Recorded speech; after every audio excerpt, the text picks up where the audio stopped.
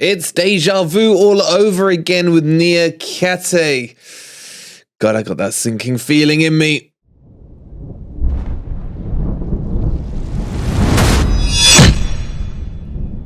Good morning, good evening, or good night, wherever in the world you are. Whatever time of day you're watching this, hope you're having a fantastic day, and welcome to your latest Nottingham Forest news. In today's video, we will be talking about Niakhate and his international call-up, and why that should be giving everyone deja vu. We'll give you an update on the Lodi situation as things have slightly changed, or rumours are spinning a bit more, and we'll talk about Steve Cooper and a link to Crystal Palace. Before we do all that, guys, please don't forget to hit that like button.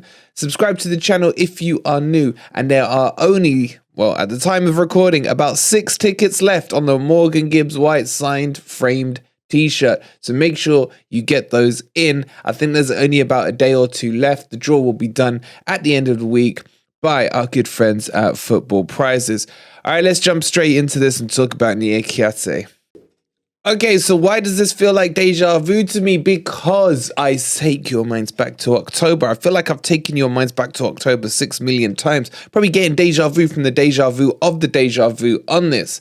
But Niakhate was recalled back to the Senegalese team, and he was very close to being fully fit.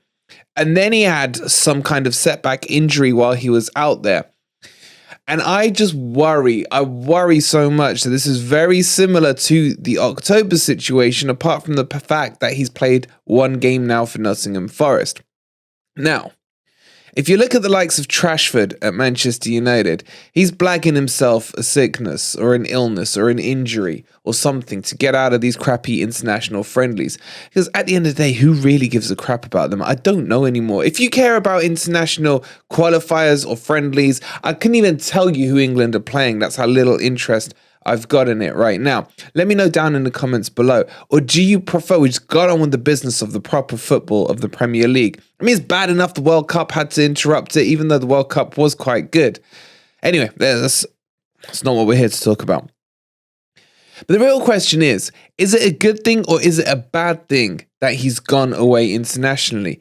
Because you could argue from the other side of the coin that he is a lot fitter, a lot stronger right now, and he is lacking in game time and match sharpness. So potentially, if he were to play for Senegal, he could get a bit sharper into the game time. But then you may be pessimistic and say, well, no, I would rather he stayed in Forest, blagged the injury or, not fully recovered, got to work a bit more with Felipe, got that partnership developing on the training ground, but wasn't getting the actual physical game time. Look, the worst case scenario for me in all of this, I think, would be for Niakhate just to travel and not get any game time with the international team, because then he may as well have just stayed with Forest. How do you guys feel about it? Let me know down in the comments below. Okay, so yesterday we told you about Lodi, Renan Lodi, where Forest were not keen on paying out the option to buy the 25 mil plus the 5 already paid on the loan fee. It's developed more than that now. Apparently Forest do want him, but they don't want to pay the fee and want to renegotiate with Atleti at the end of the season to see if they would be willing to go lower. And all of this, of course, on top of all of that, will be dependent on Forest Premier League status. So if we survive, then we want him, but we don't want to pay the agreed fee. Which kind of makes the agreed fee look stupid. What was the point in having the option to buy if you're just going to go back and say, actually, thanks for agreeing to the option to buy. The thing we didn't do with Dean Henderson, which still annoys me. But we don't want the option to buy. We want less money for him because we don't value him at that rate anymore. I don't know.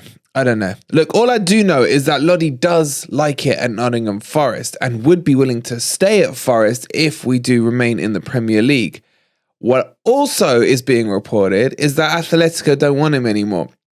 So if he went back to Atletico, he would be sold on. Likely suitors even are Newcastle, a couple of other Premier League teams, and there's a couple in Europe as well. But he's made his move to Forest. He's quite happy where he is. Some would argue why. But It is what it is. I just don't like this. I don't think 25 mil is a lot for him. It's been interesting to see your guys' comments on it from yesterday. A lot of you saying 25 is too much and 15 would be more his price tag. I don't know how people think they can kind of come to a price tag and how they got to 15. I don't know. I'd be interested to know. But for me, 25 was his market value based on, what the clubs agreed. And 25 is still, I will still argue, it's still not a lot for a player of his quality and his caliber and his age. And it's the Premier League price. Buying below that. Look, let's make this very simple. Let's use Christopher Wood as the barometer. If Christopher Wood is worth 19 million, then we are pulling Atletico's pants down on the price of Lodi. Because technically speaking, by that bar, Lodi would be worth about 60 million. So that's all I'd say on that one. But maybe you agree or disagree with it. Let me know in the comments down below. And finally, as always, the media are looking for stories and, well, they've turned it around onto Steve Cooper. Steve Cooper has been linked with the job at Crystal Palace at the end of the season. It is, of course, Roy Hodgson who is taking the helm until the end of the season for them. But then it's said that they want to take Forest manager then. Now, could this happen? I don't think so. But could I see a scenario where, say, Forest got relegated, hypothetically speaking, and Palace survived? Would Cooper then go to Palace? I probably think he would. It would be, a challenge in terms of he's a similar one to one he's had this season. He's had a year's more experience under it. Would there be any pluses in relation to that if it did happen? Well, yeah, maybe he would take some of his favorite FCs. Maybe he'd take Wood with him. Maybe he'd take, Cook with him, players like that, and Worrell. So there could be some positives. So every cloud has a silver lining and all that. But do I see it happening? Not really, because I'm still pretty hopeful, semi-convinced that Forest will stay up this season. But Cooper is definitely on a few clubs' radar. And definitely there will be talks about his future come the summer. I think regardless of what happens to Nottingham Forest, stay up or stay down, I think there'll be a few speculations happening then. Let me know what you think. Where do you think Cooper will end up at the end of the season? Of course, we haven't even got through this season yet. As you well know, any manager in the Premier League is only 3 defeats away from the sacking. So who knows what still lies ahead on the road for Nottingham Forest and Steve Cooper. That brings you up to date on your Nottingham Forest news. Get your thoughts in down below. If you've made it this far into the video, let me know by typing in the comments MGW so that I know you watched the videos till the end. Thank you so much for watching. Come on, you Reds.